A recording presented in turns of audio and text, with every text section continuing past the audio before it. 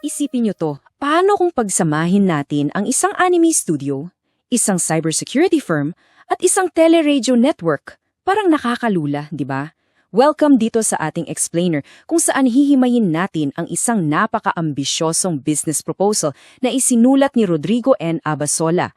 Ito ay isang dokumento na naglalayong bumuo ng tinatawag nating Ultimate All-in-One Digital Services Mega Hub. Kasi 'di ba, sa panahon ngayon, sanay na tayong makakita ng mga ahensya na nakafocus lang sa isang bagay, siguro isang social media agency o kaya naman tech firm. Ngunit ang proposal na ito, iba to. Sinusubukan nitong pagsama-samahin literal ang halos lahat ng aspekto ng digital at multimedia services sa ilalim ng isang bubong. Okay, bago tayo lumalim, ganito natin hahatiin ang ating pag-uusap. Una, titingnan natin ang malawakang digital na pananaw nito, susundan natin ng mahigpit na limitasyong sibilyan, tapos ang mismong pagbuo ng hub. Siyempre, hindi mawawala ang pagsusuri sa mga numero at panghuli ang pagsusuri sa mga panganib. Tara, simulan na natin. Unang bahagi, ang malawakang digital na pananaw-tao, kumbaga, isang everything digital hub. Dito talaga makikita yung big picture na gusto ni Abasola. Gusto niyang isentralisa ang halos lahat ng digital services na maiisip mo. Ang proposal na ito ay hindi lang gustong maging isang ordinaryong ahensya, okay? Gusto nitong maging isang ganap na integrated operation center. Isipin mo na lang ang isang lugar kung saan ang lahat ng digital na pangangailangan ng isang negosyo, community o individual ay makukuha sa iisang pasilidad. Mula sa simpleng pagmamanage ng social media accounts hanggang sa napakalalim na satellite communication research, planong gawin lahat yan. Parang pinagsama-sama mo ang isang broadcasting network, isang tech startup at isang creative studio na sabay-sabay gumagana. Grabe, yung lawak ng serbisyong gusto nilang i-offer. Sa iisang kumpanya, merong gumagawa ng character design para sa anime, gumagawa ng multimedia productions, at nagko-compose ng kanta para sa teleradio. Tapos, sa kabilang banda, may mga seryosong divisyon na nagpapalipad ng drones, nagtetrace ng mga online scams, at gumagawa ng AI robotics research. Diba? Napakabihirang kombinasyon ng sining at advanced tech. Kadalasan kasi, pumipili lang ang isang kumpanya ng isang expertise. Pero ang vision dito, saluhin ang lahat-lahat ng demand ng modernong digital na mundo. Pangalawang bahagi naman tayo, mahigpit na limitasyong sibilyan. Ano ba ang mga ethical na batayan dito? Ngayon, kapag may ganyan kang kumpanya na nagpapalipad ng drones at nagde-develop ng AI, kailangan mo talaga ng napakalinaw na limitasyon. Nilinawan agad sa dokumento na ang hub na ito ay strictly para sa legal, civilian at edukasyonal na operasyon lang. Iniiwasan nila ang anumang armadong tunggalian, isang disclaimer na hindi mo basta-basta nakikita sa mga ordinaryong business proposal. Nakakagulat, 'di ba? Isipin mo, nag-pitch ka ng negosyo tapos kailangan mong isulat na, teka lang po, hindi po kami sasali sa anumang military operations.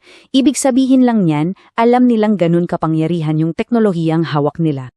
Kaya, ang pinaka-crucial na punto rito, malinaw yung hiwalayan. Teknolohiya para sa pagunlad, hindi teknolohiya para sa pananakit.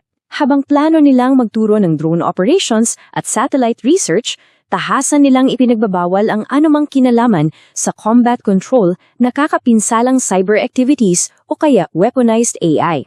Ang tindi ng contrast. Ituturo nilang protektahan ka sa mga online scams pero hinding-hindi nila gagamitin yung resources para umatake.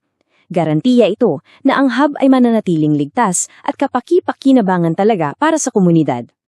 Dito na tayo sa ikatlong bahagi, ang pagbuo ng hub. Paano ba ang pisital at yamang tao nito? Okay, may pananaw at patakaran. Paano naman sa totoong buhay? Pansinin niyo yung bilis ng timeline na ito. Sa unang buwan, tutok sila sa mismong construction, paggawa ng mga opisina at pag-i-install ng acoustic treatments para sa recording studios. Pagsapit ng ikalawang buwan, bibili na sila ng mga high-end equipment.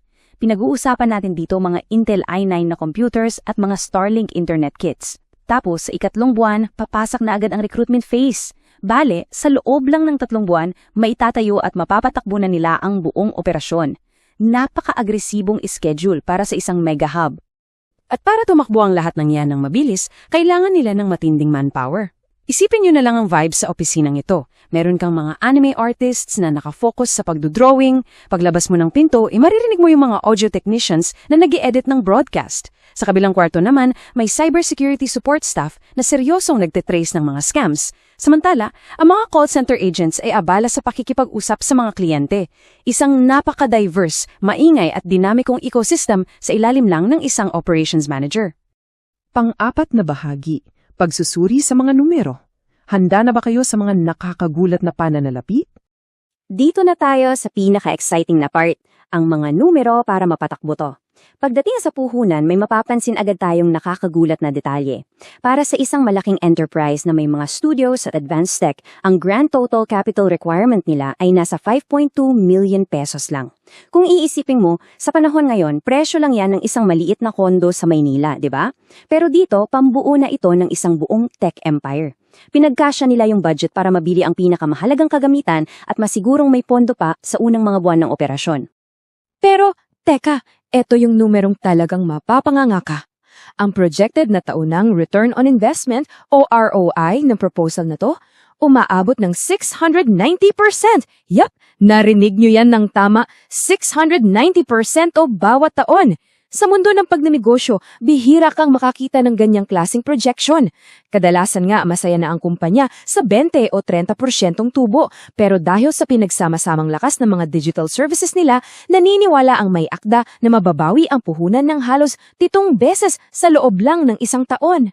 So paano ba nila na-compute yung ganyang kalaking ROI? Mapapansin natin ang napakalaking agwat sa pagitan ng gastos at kita.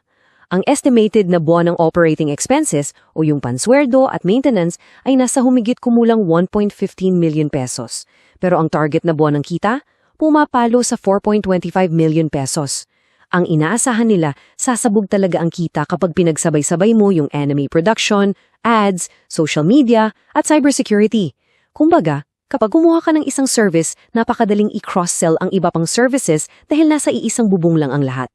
Ikalimang bahagi at ang ating panghuli, pagsusuri sa mga panganib. Gaano ba kapraktikal ang pananaw na ito?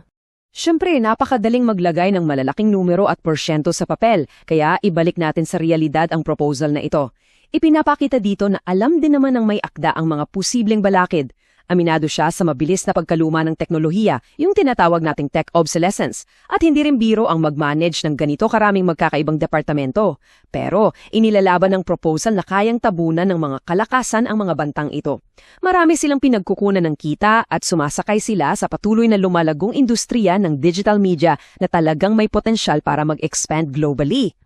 Kaya, kung titingnan natin yung matataas na financial projections at yung napakalawak na hanay ng mga serbisyong gusto nilang i-offer, iniiwan tayo nito ng isang nakakapukaw-isip na katanungan.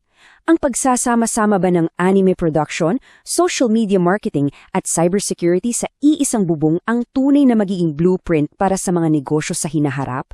Ang everything everywhere mega hub ba talaga ang sagot sa nagbabagong pangangailangan ng digital world?